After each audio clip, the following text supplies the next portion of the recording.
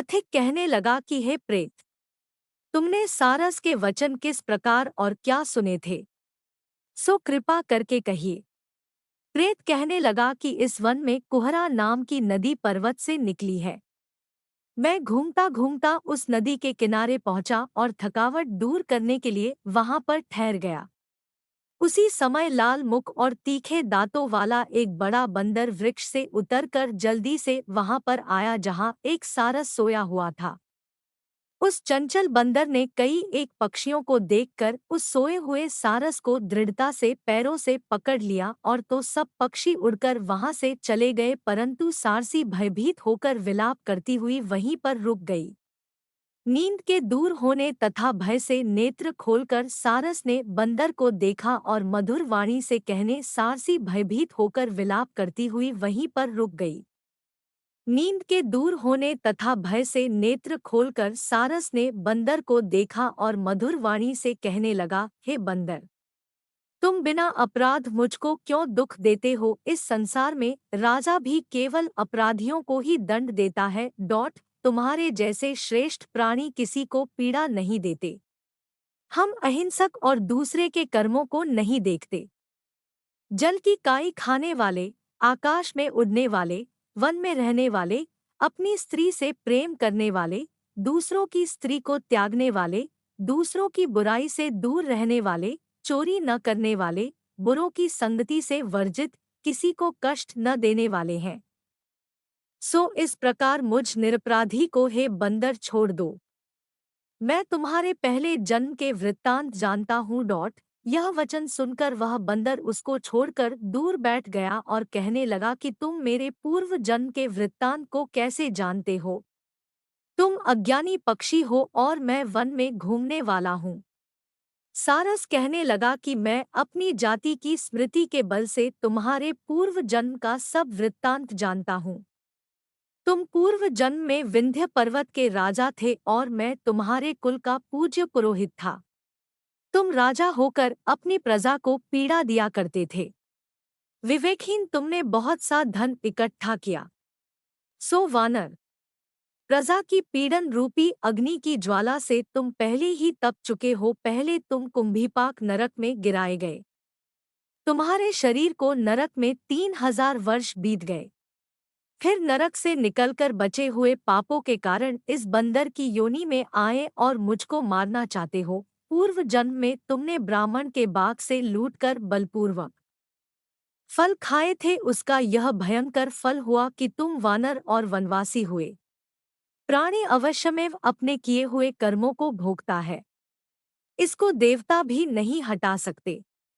इस प्रकार मैं सारस का जन्म लेकर भी अज्ञान से मोहित नहीं हुआ। इतनी कथा कहकर वानर कहने लगा कि यदि ठीक ही जानते हो तो बताओ तुम पक्षी कैसे हुए? सारस कहने लगा कि मेरी दुर्गति का कारण भी सुनो। तुमने नर्मदा नदी के किनारे पर सूर्य ग्रहण के समय बहुत से ब्राह्मणों के निमित्त 100 ढेर अन्न के दान किए थे। मैंने पुरोहिताई के मद से थोड़ा सा ब्राह्मणों को दिया और बाकी सब मैं आप हर ले गया। इन ब्राह्मणों के द्रव्य का अपहरण करने के पाप से मैं पहले कालसूत्र नरक में और फिर रक्त करदूम नरक में, जहाँ पर बड़े बड़े कीड़े थे और रक्त तथा पीप से भरा हुआ नाभि तक नीचे सिर और ऊपर पैर किए हुए पीप चाटता हुआ उस दुर्गंध वाले नरक में कीड़ों आदि से काटा जाकर 3000 वर्ष तक उस यातना को भोगता रहा। मैं नरक के दुख का वर्णन नहीं कर सकता। फिर नरक की यातना से मुक्त होकर यह सारस का जन्म पाया, क्योंकि पूर्व जन्म में अपनी बहन के घर से कांसे का बर्तन चुराया था। इसको मैंने एक जुआरी को दिया, इसी से मैं सारस योनि में आया। यह मेरी स्त्री पिछले जन्म में ब्राह्मणी थी, इसने भी कांसे की चोरी की थी, इसी से यह मेरी स्त्री और सारसी हुई। यह सब मैंने तुमसे कर्म फल कहा। अब भविष्य की बात भी सुनो।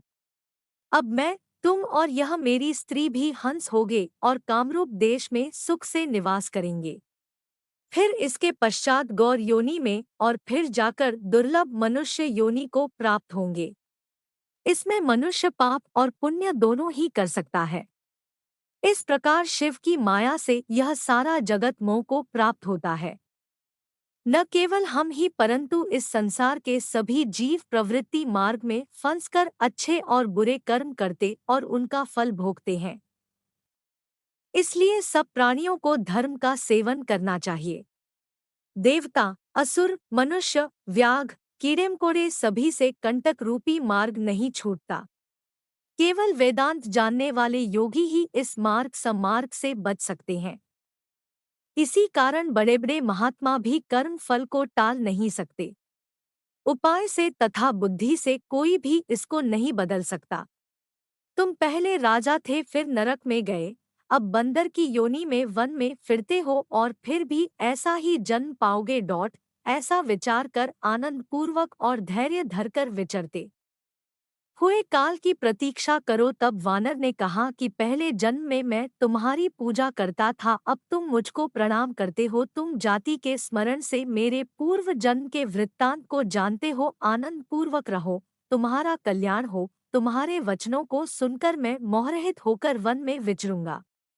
प्रेत कहने लगा कि हे पथिक, मैंने नदी के तट पर बंदर और सारस का यह संवाद सुना, तब मुझको बोध हुआ और मोह तथा शोक का नाश हुआ।